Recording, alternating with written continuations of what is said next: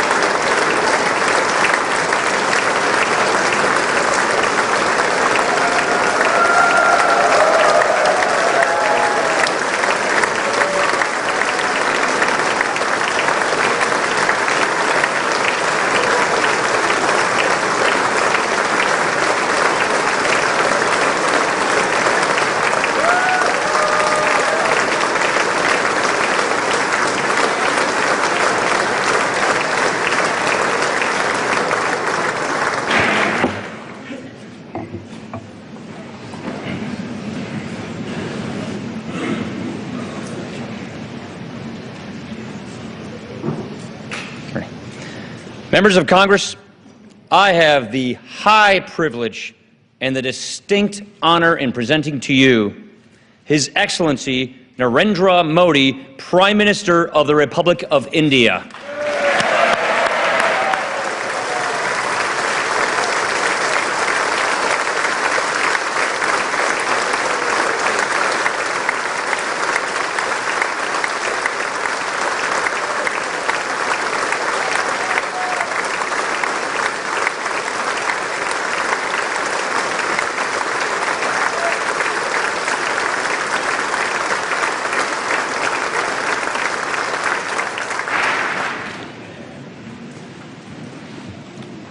Mr. Speaker, Mr. Vice President, distinguished members of the U.S. Congress, ladies and gentlemen, I'm deeply honored by the invitation to address this joint meeting of the U.S. Congress.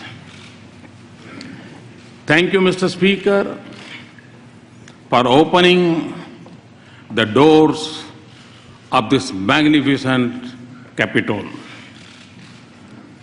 This temple of democracy has encouraged and empowered other democracies the world over.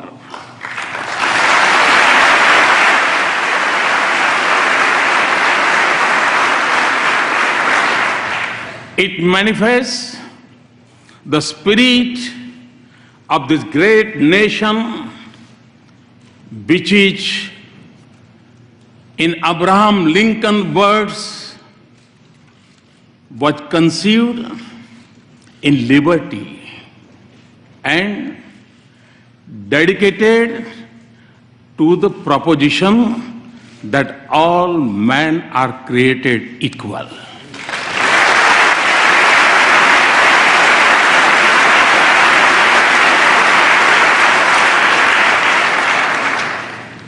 In granting me this opportunity, you have honored the world's largest democracy and its 1.25 billion people.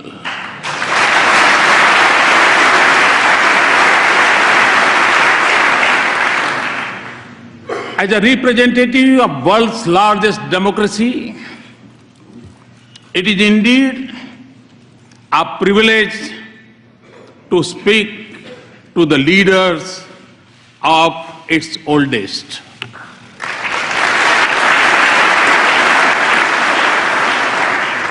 Mr. Speaker, 2 days ago, I began my visit by going to the Arlington National Cemetery, the final resting place of many brave soldiers of this great land.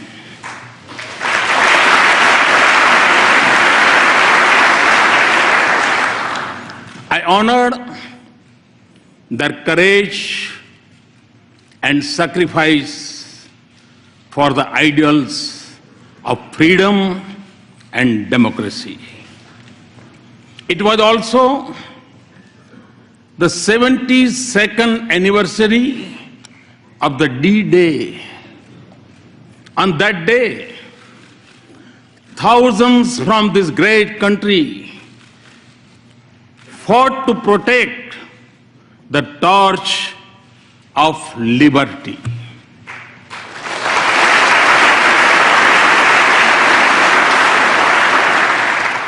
They sacrificed their lives so that the world lives in freedom.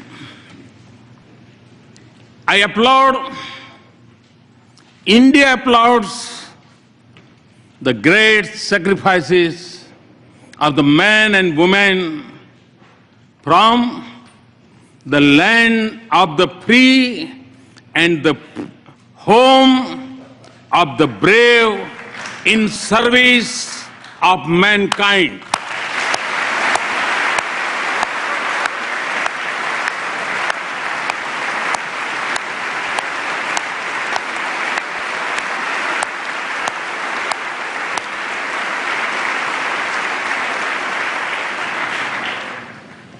India knows what this means because our soldiers have fallen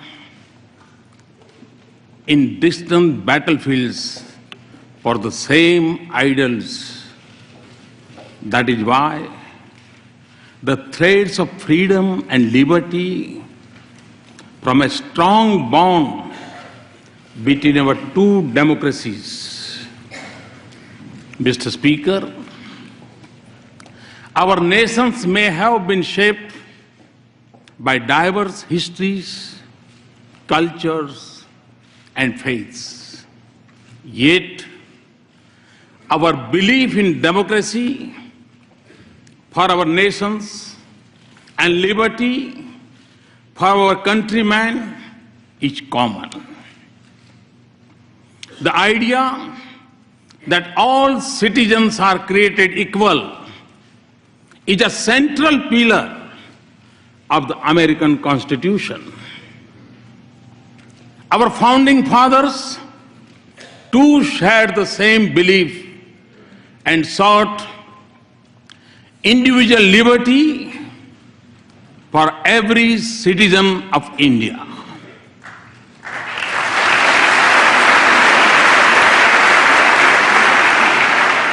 There were many who doubted India when, as a newly independent nation, we repose our faith in democracy.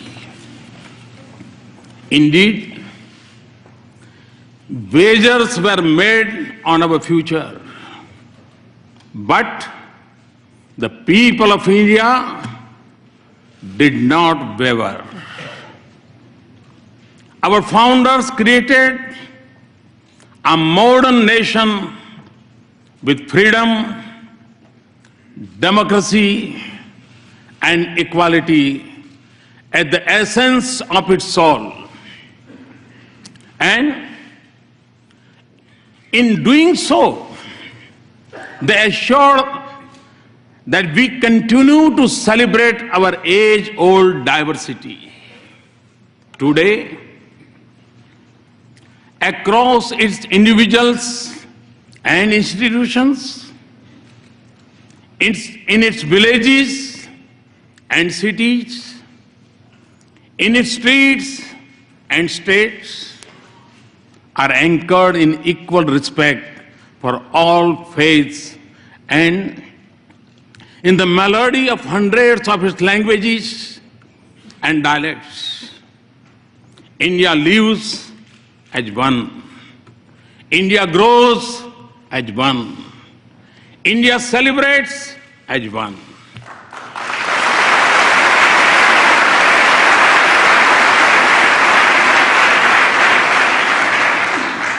Mr. Speaker, modern India is in its 70th year.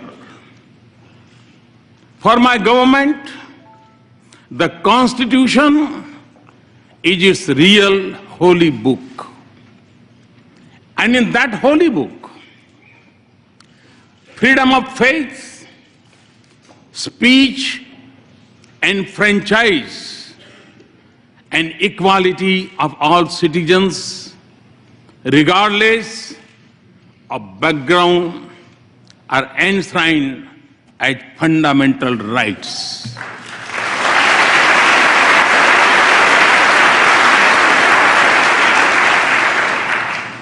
$800 million of my countrymen may exercise the freedom of franchise once every 5 years. But all the 1.25 billion of our citizens have freedom from fear, a freedom they exercise every moment of their lives.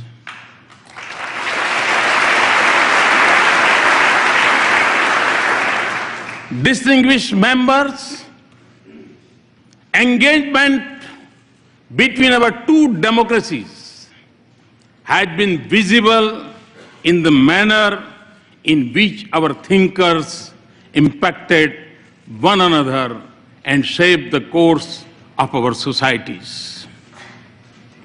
Thoreau's idea of civil disobedience influenced our political thoughts. And similarly, the call by the great sage of India, Swami Vivekananda, to embrace humanity was most famously delivered in Chicago.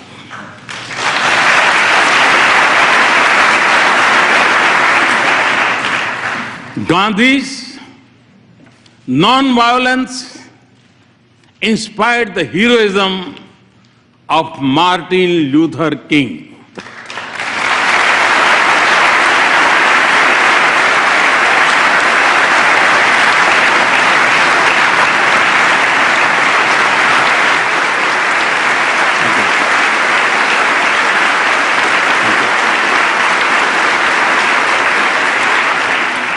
Today, a mere distance of 3 miles separates the Martin Luther King Memorial at Tidal Basin from the statue of Gandhi at Massachusetts Avenue.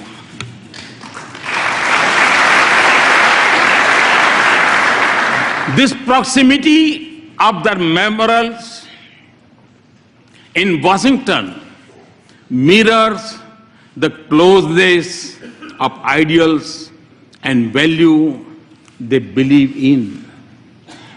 The genius of Dr. Bhim Rao Babasaheb Ambedkar was nurtured in the years he spent at the Columbia University a century ago.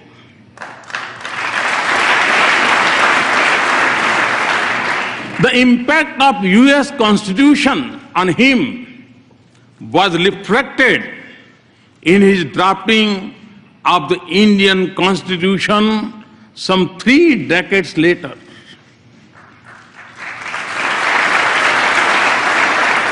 our independence was ignited by the same idealism that fueled your struggle for freedom. No wonder then that former Prime Minister of India, Sri Atal Bihari Vajpayee, called India and the US natural allies.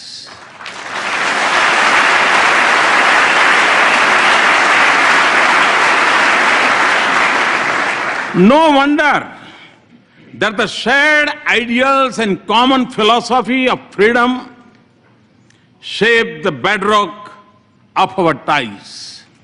No wonder then that President Obama has called our ties the defining partnership of the 21st century.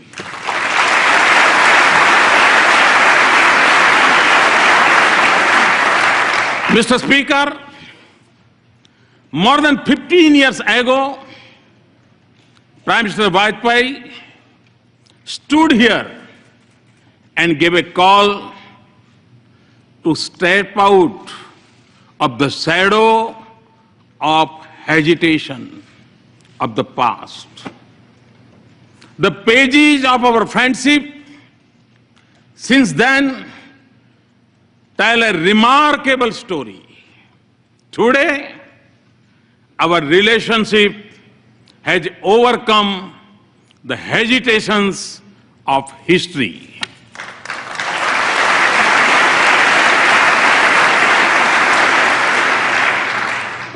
Comfort,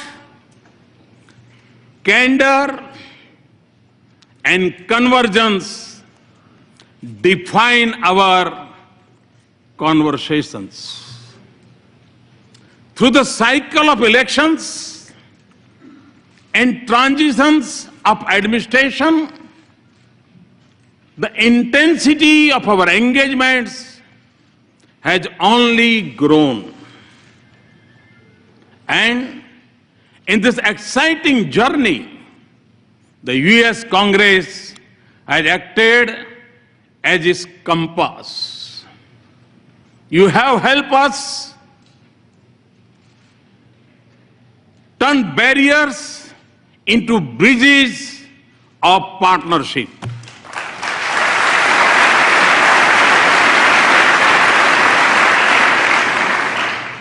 In the fall of 2008, when the Congress passed the India-US Civil Nuclear Cooperation Agreement, it changed the very colors of leaves of our relationship.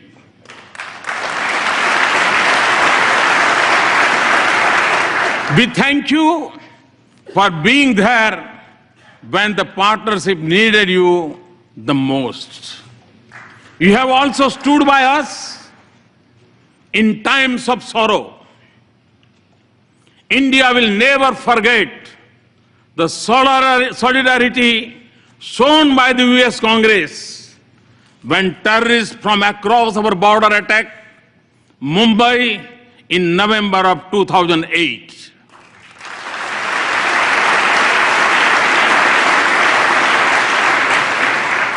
And for this, we are grateful.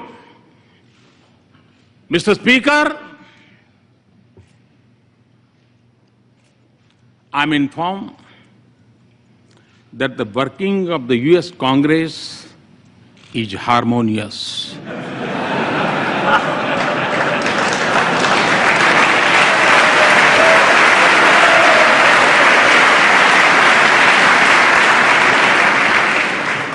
I'm also told that you are well known for your bipartisanship.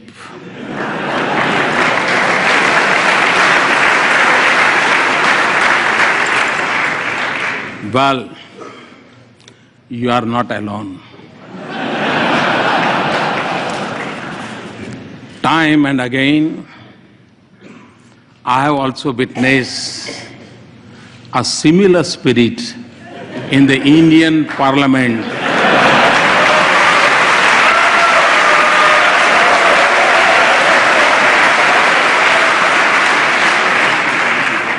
especially in upper house.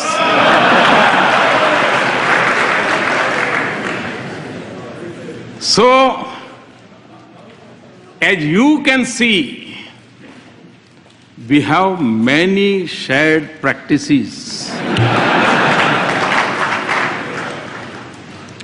Mr. Speaker, as this country knows well,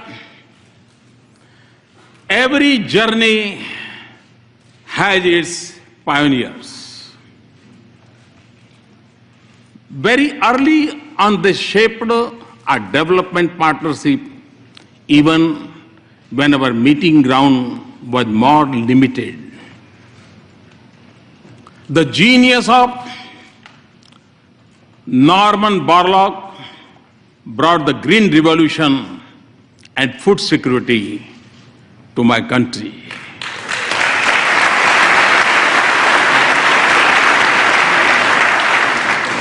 The excellence of American universities nurtured institutions of technology and management in India.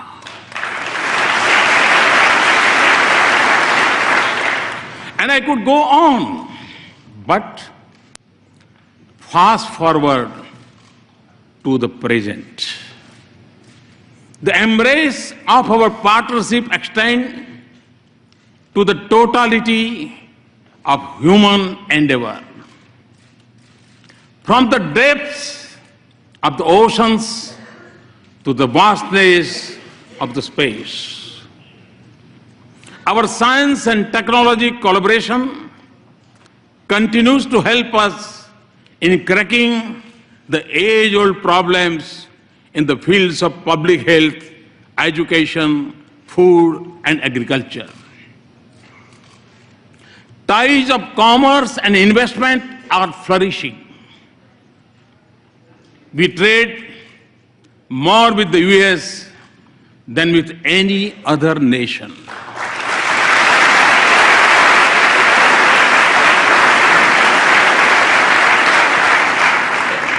And the flow of goods, services, and capital between us generates jobs in both our societies. As in trade, so in defense. India exercises with the United States more than we do with any other partner.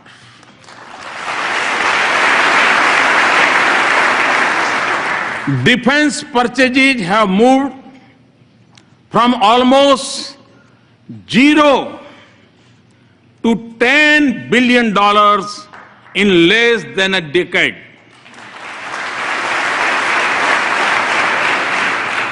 Our cooperation also secures our cities and citizens from terrorists and protects our critical infrastructure from cyber threats. Civil nuclear cooperation, as I told President Obama yesterday, is a reality. Mr. Speaker, our people-to-people links are strong, and there is a close cultural connect between our societies. Siri, you are familiar with the Siri. Siri tells us that India's ancient heritage of yoga has over 30 million practitioners in the US.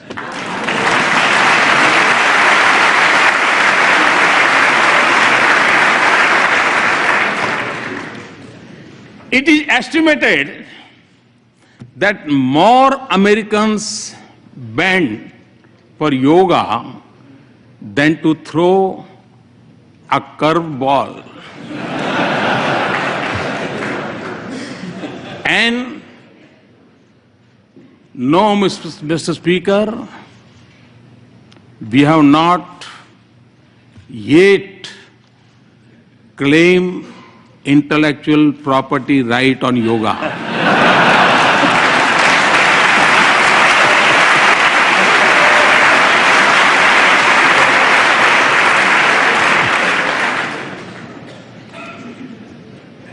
Connecting our two nations is also a unique and dynamic bridge of 3 million Indian Americans.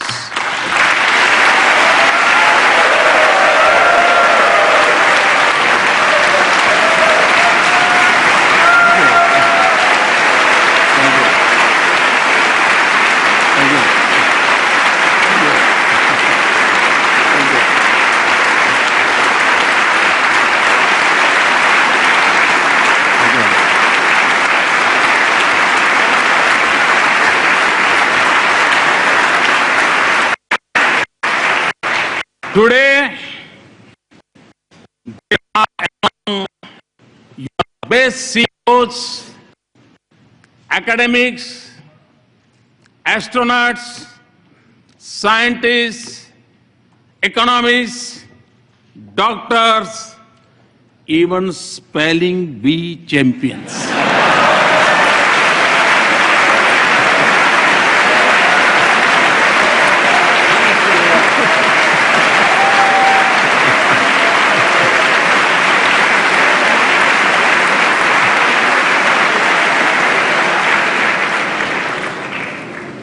They are your strength. They are also the pride of India.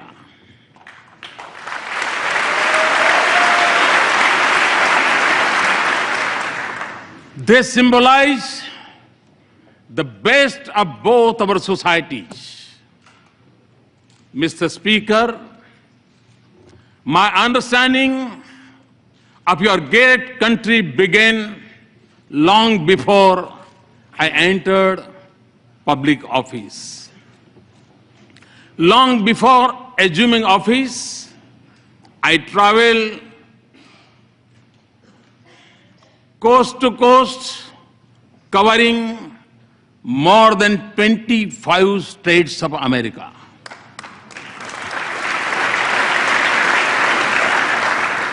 I realized then that the real strength of the US was in the dreams of its people and the boldness of their ambitions.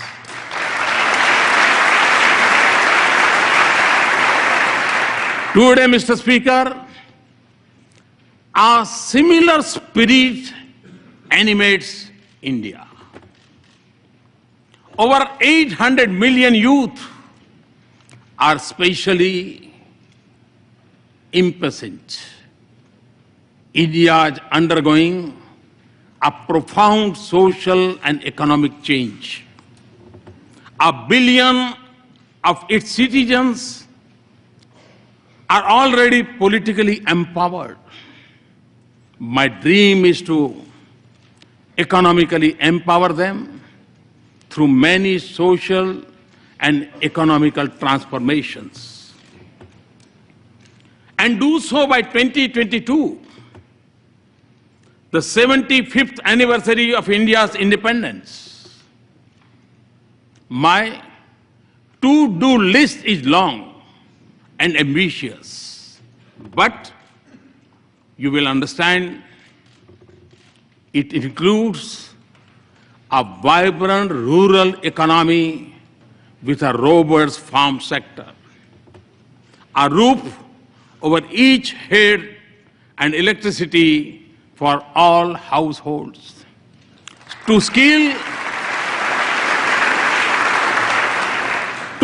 millions of our youth, build 100 smart cities, have a broadband for 1 billion, and connect our villages to the digital world.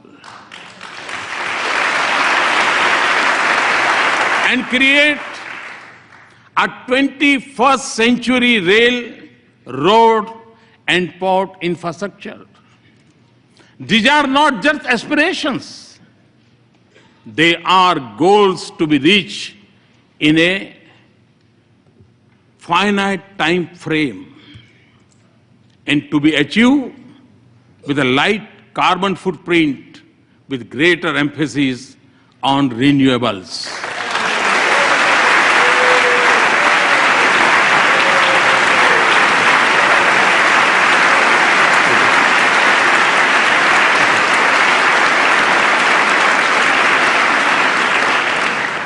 Mr. Speaker, in every sector of India's forward march, I see the US as an indispensable partner.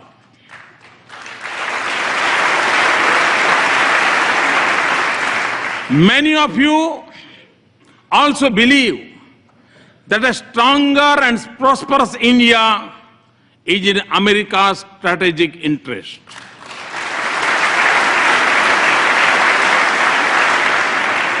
Let us work together to convert shared ideals into practical cooperation. There can be no doubt that in advancing this relationship, both nations stand to gain. As the US businesses search for new areas of economic growth, markets for their goods, a pool of skilled resources, and a global locations to produce and manufacture, India could be their ideal partner.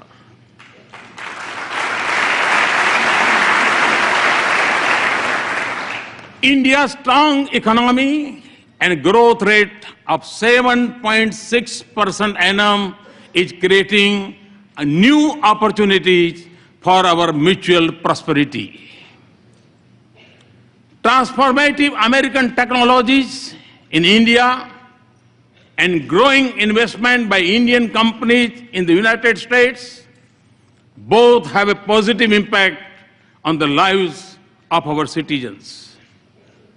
Today, for the global research and development centers, India is the destination of choice for the US companies. Looking eastward from India across the Pacific, the innovation strength of our two countries comes together in California.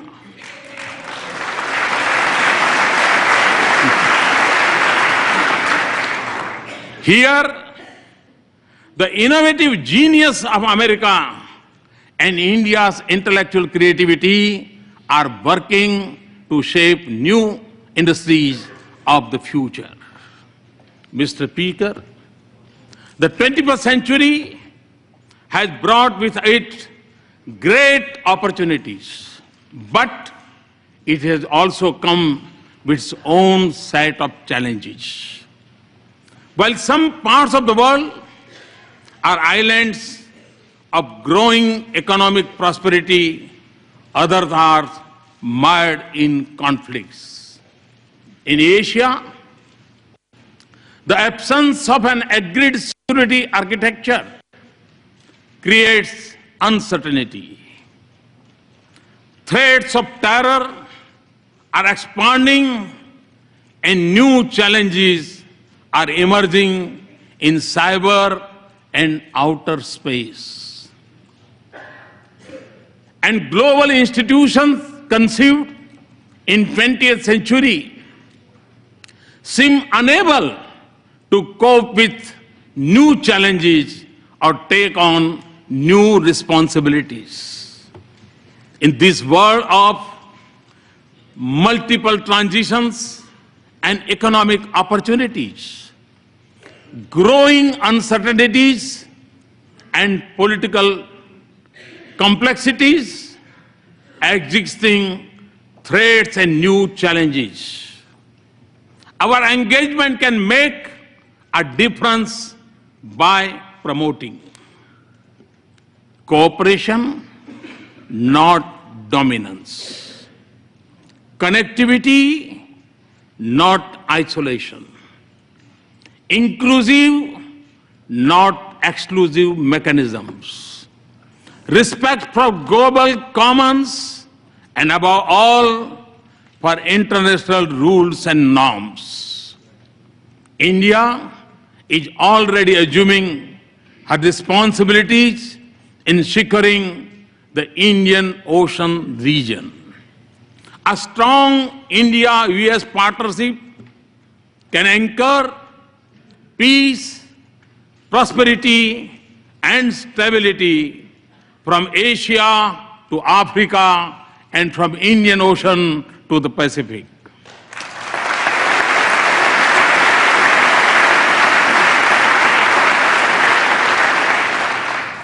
It can also help ensure security of the sea lanes of commerce and freedom of navigation on seas.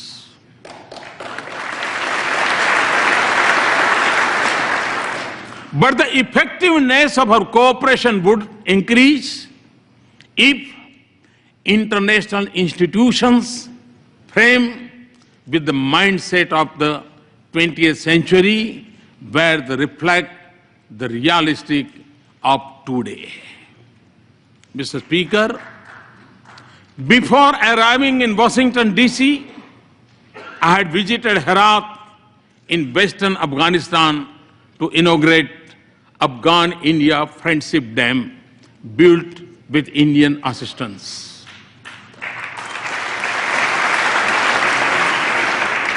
I was also there on the Christmas Day last year to dedicate to that proud nation, its parliament, a testimony to our democratic ties.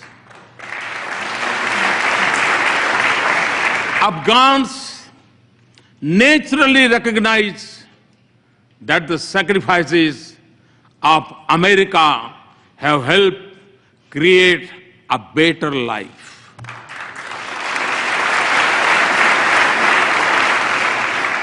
But your contribution in keeping the region safe and secure is deeply appreciated by even beyond. And India too has made an enormous contribution and sacrifices to support our friendship with Afghan people.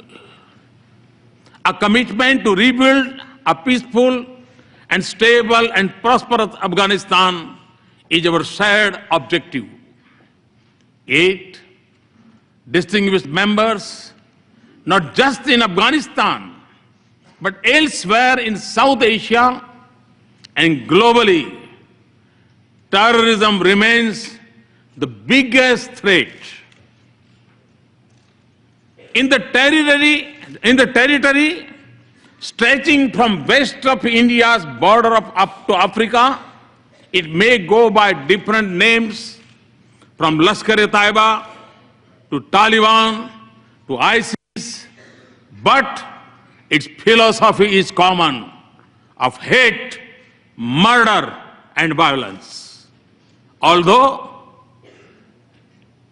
it is a shadow spreading across the world, it is incubated in India's neighborhood. I commend the members of the US Congress for sending a clear message to those who preach and practice terrorism for political gains.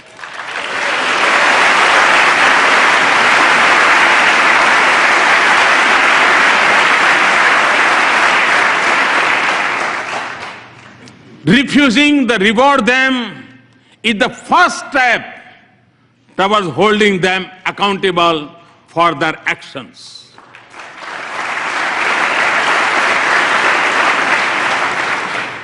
The fight against terrorism has to be fought at many levels, and the traditional tools of military intelligence or diplomacy alone would not be able to win this fight. Mr. Speaker, we have both lost civilians and soldiers in combating terrorism. The need of the hour is for us to deepen our security cooperation and base it on a policy that isolates those who harbor, support, and sponsor terrorists.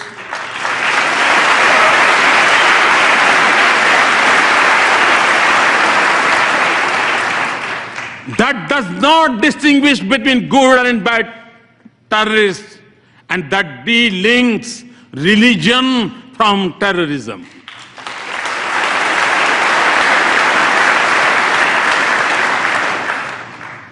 Also, for us to succeed, those who believe in humanity must come together to fight for it as one and speak against this menace in one voice.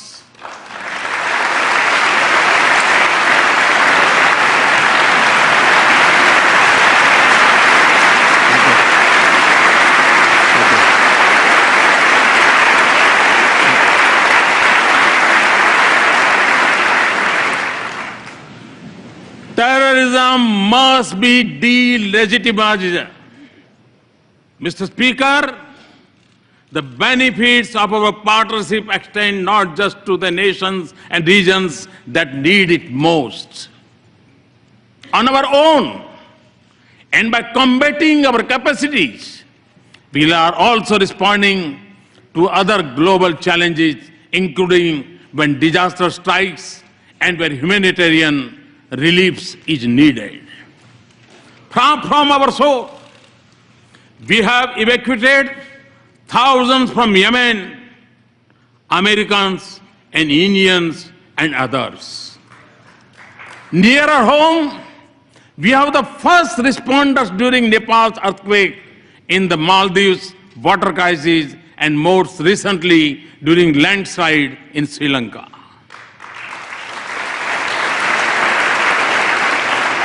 We are also one of the largest contributors of troops to UN peacekeeping operations. Often, India and the US have combined their strengths in science and technology and innovation to help fight hunger, poverty, disease, and literacy in different parts of the world. The success of our partnership is also opening up new opportunities for learning, security, and development from Asia to Africa. And the protection of environment and caring for the planet is central for our shared vision of a just world.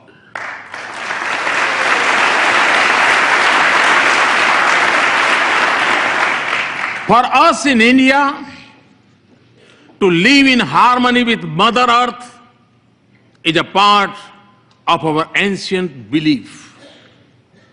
And to take from nature only what is most essential is a part of our Indian culture. Our partnership, therefore, aims to balance responsibilities with capabilities. And it also focuses on new ways to increase the availability and use of renewable energy.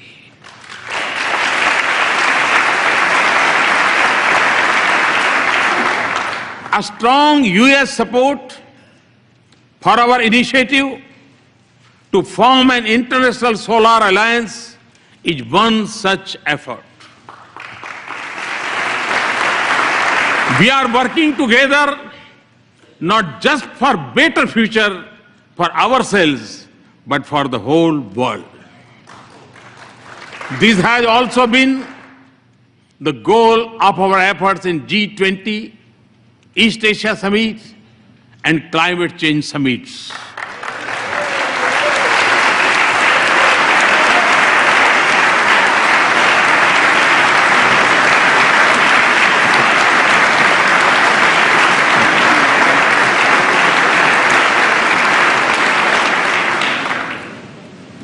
Mr. Speaker, as we deepen our partnership, there will be times when we would have differing perspectives. But since our interests and concerns converge, the autonomy in decision making and diversity in our perspectives can only add values to our partnership.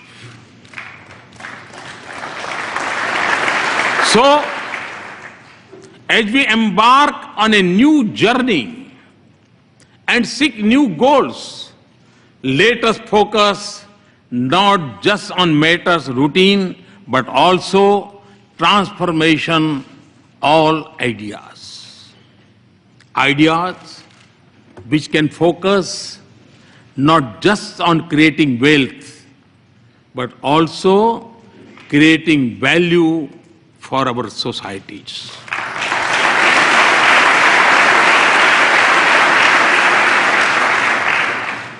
Not just on immediate gains, but also long-term benefits.